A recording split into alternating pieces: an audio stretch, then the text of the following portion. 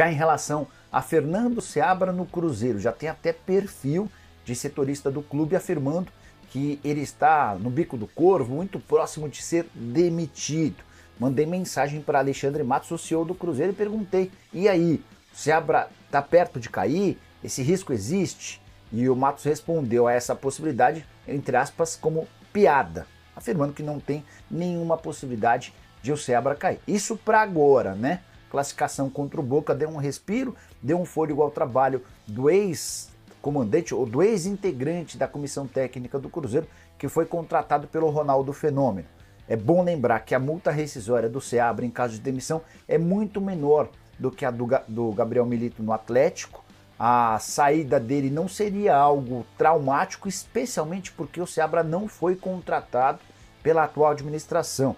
Desde que comprou o Cruzeiro, o Pedrinho BH trocou basicamente todos os homens do departamento de futebol, com exceção ao Seabra, que vai ganhando uma vida útil, mas precisa de resultados também no Campeonato Brasileiro e não apenas na Sul-Americana. Meus amigos do esporte, Cruzeiro mais uma vez fora de casa com postura de ursinho panda, né? Mansinho, bonzinho demais, e vocês sabem o quanto eu enalteço aqui, time que briga, que compete, que se rasga em campo, mas o Cruzeiro hoje foi naquela mesma palmolice que eu vinha destacando nos jogos anteriores ao do Boca na quarta-feira. Senhoras e senhores, 2 pontos nos últimos 12 disputados. E a gente precisa parar de achar que o elenco do Cruzeiro não é para brigar lá em cima, porque é. Passa o elenco de 1 a 1 aí, analisa como o Cruzeiro foi ao mercado. Então esse elenco é bom, tem que entregar mais. Agora, depende do elenco, depende do treinador. O elenco é muito bom, e falando de elenco, a gente viu mais uma vez que o Matheus Pereira sente falta mesmo dele. Mas com essa postura do time em campo aí, será que ele ajudaria em algo? Porque ninguém se salvou. Eu tô falando de postura. O Cruzeiro, o elenco e o treinador perderam personalidade. A gente só não destacou no jogo contra o Boca porque a classificação foi imensa. E só por isso. Eu já disse 200 vezes aqui, a tarefa do Seabra é ainda mais complicada que a de outros treinadores, e é simples a explicação: ele não é nem nunca foi nome dessa atual direção do Cruzeiro. Se fica e ganha uma Sul-Americana, todo mundo vai dizer que abraçou o treinador e blá blá blá, mas todo mundo sabe que ele está amarrado por vitórias e classificações. Ah, mas não é assim com todo treinador. Com o Seabra, o sarrafo é mais alto, e ele sabe disso. Ou o elenco e o Seabra mudam a postura, vencem e convencem, ou a gente sabe no que isso vai dar, e vai ser já já, hein? E não demora.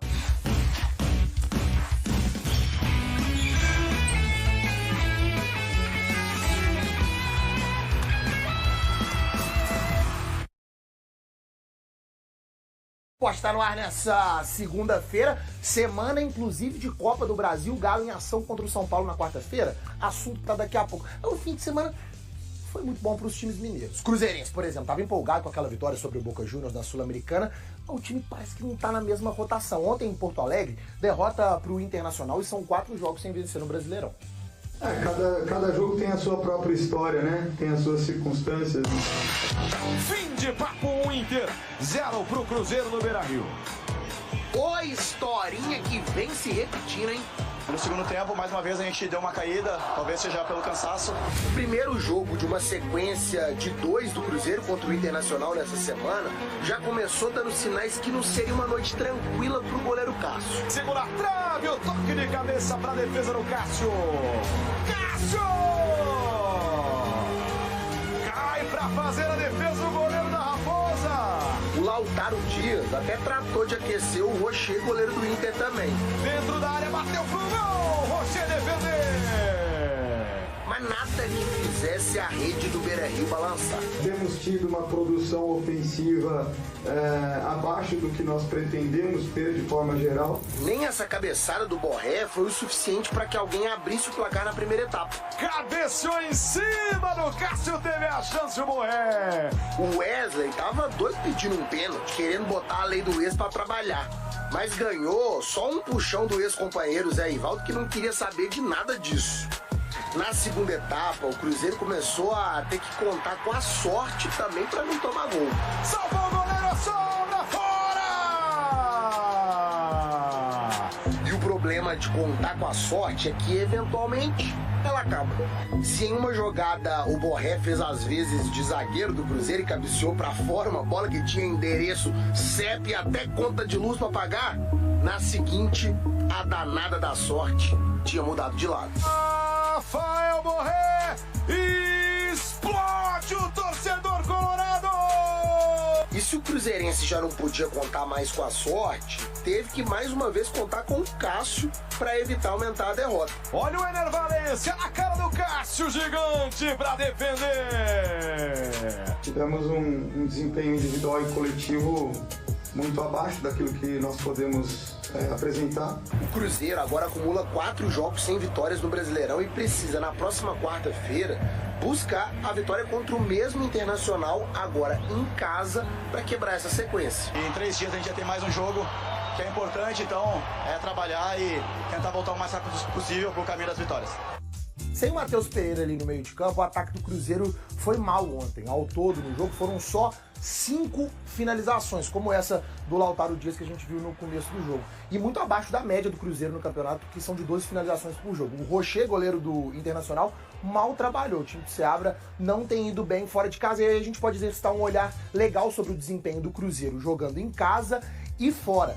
Dá só uma olhada, o Cruzeiro como mandante são 10 jogos, 8 vitórias, 1 empate e 1 derrota. E a única derrota foi em Cariacica, no Espírito Santo pro Fortaleza. 83% de aproveitamento. Já fora de casa, dá uma olhada como é que esses números mudam. São 13 jogos, só 3 vitórias, 3 empates e 7 derrotas, um aproveitamento, olha gente, bem mais baixo, 31%. O próximo jogo é contra o Inter no Mineirão, jogo adiado da 5ª rodada. E será que agora em casa o desempenho vai ser diferente? Você abre a fala. Acho que é um cenário totalmente diferente, até porque, de novo, vamos ter o nosso jogo em casa, a nossa torcida tem sido muito importante, tem feito a diferença quando nós jogamos no Mineirão, então a própria questão do mando de campo, do cenário do jogo. E ó, a notícia de agora, datas definidas para as quartas de final da Sul-Americana contra o Libertad do Paraguai. O jogo de ida vai ser no dia 19 de setembro em Assunção, no Defensores del Chaco, e a volta vai ser em casa. O Cruzeiro vai decidir a vaga no Mineirão no dia 26 de setembro. Começar com o Cruzeiro. O Cruzeiro jogou fora de casa, perdeu do Internacional, 1-0, as imagens aí. Até que enfim, a gente tá vendo um gramado melhorzinho, pelo menos de longe aí, na imagem. E detalhe que esse é o gramado Beira-Rio. Exatamente. A gente se lembra da situação, né, que ficou o Rio Grande do Sul, e olha só a qualidade do gramado do Beira-Rio. Impressionante. Eles aproveitaram a paralisação e parece que deram um grau no gramado, né? Deram um cuidado. Ficou, pelo menos de longe aqui, tá bem bonito, né? Bem verdinho, né? Bem verdinho o gramado do Beira-Rio. Parece imagem repetida, mas a gente percebe na maior parte do tempo o time tava frio lá, hein? Bem frio.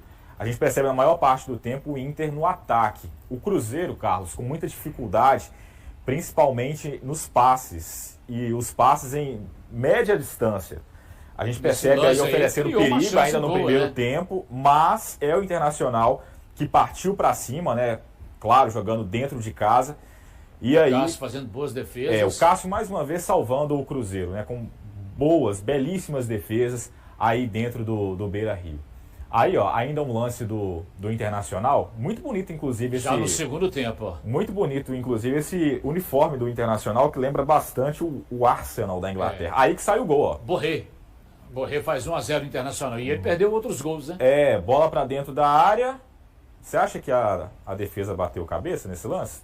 Tinha um 3 pelo... muito difícil analisar, né? Porque tem um mérito do atacante que descobre lá uma brechinha. Ó, um lance bem parecido, ó. Cruzamento da direita pra dentro da área. Mais uma vez ali a defesa do Cruzeiro. Parece que a tônica da partida, Cássio, foi bem essa daí. Cássio de novo. Ó. Cássio de novo, muito... O Internacional aproveitando bem, inclusive, os contra-ataques, viu, nessa partida aí. E aí o Cruzeiro bem que tentou, mas saiu de Porto Alegre com essa derrota de 1-0. Esse amargo 1-0. E quarta-feira tem de novo, né? Cruzeiro e Internacional, só que no Mineirão. Esse jogo de quarta-feira é o jogo adiado da 5ª rodada. Quando não houve o jogo, exatamente porque o Beira-Rio estava inundado. Exatamente. Né? Então vamos ter quarta-feira. Quem sabe seja a resposta do Cruzeiro agora dentro de casa. A gente sabe que o Cruzeiro tem jogado muito bem dentro de casa, com o apoio dos seus torcedores. E que faz muita diferença. O técnico Fernando Seabra muito questionado, né, pelos torcedores, principalmente em relação às mexidas durante o jogo, a demora principalmente dessas mexidas durante a partida. E aí já começa a ser feita uma pressão. Se dependesse dos amigos cruzeirenses da ITTV dos Vales, aqui da redação, já tinha sido demitido, né? Cruzeiro repete série de tropeços e acende alerta para próximos jogos. O time enfrentou dificuldades tanto ofensivas quanto defensivas contra o Internacional, chegando ao 4º jogo consecutivo sem vitória no Brasileirão. A falta de consistência na saída de bola no repertório ofensivo e na defesa expõe as fragilidades da equipe. Fernando Seabra enfrenta dificuldades para encontrar soluções e os erros individuais e coletivos têm sido constantes. A equipe foi incapaz de impor seu jogo contra o Inter e sofreu com a pressão do adversário. Com a falta de criatividade e a dificuldade em ganhar as segundas bolas, o Cruzeiro não conseguiu impor seu ritmo de jogo. O Internacional dominou a maior parte do confronto, com destaque para a qualidade técnica e tática do time de Roger Machado. O gol da vitória do Inter foi questão de tempo, já que o Cruzeiro não conseguiu pressionar e tentar reverter o placar. Seabra tem boas leituras táticas, mas precisa encontrar soluções práticas para melhorar o desempenho da equipe e evitar mais tropeços. A falta de superioridade em relação aos adversários nos últimos jogos deve servir como alerta para os próximos desafios, inclusive contra o Libertad, no fim do mês. E aí, galera? O que acharam? Deixe nos comentários. Não se esqueçam de deixar o like e de se inscreverem no canal e ativar o sininho para receber as notificações. Até mais, Nação Celeste! Vamos pra frente!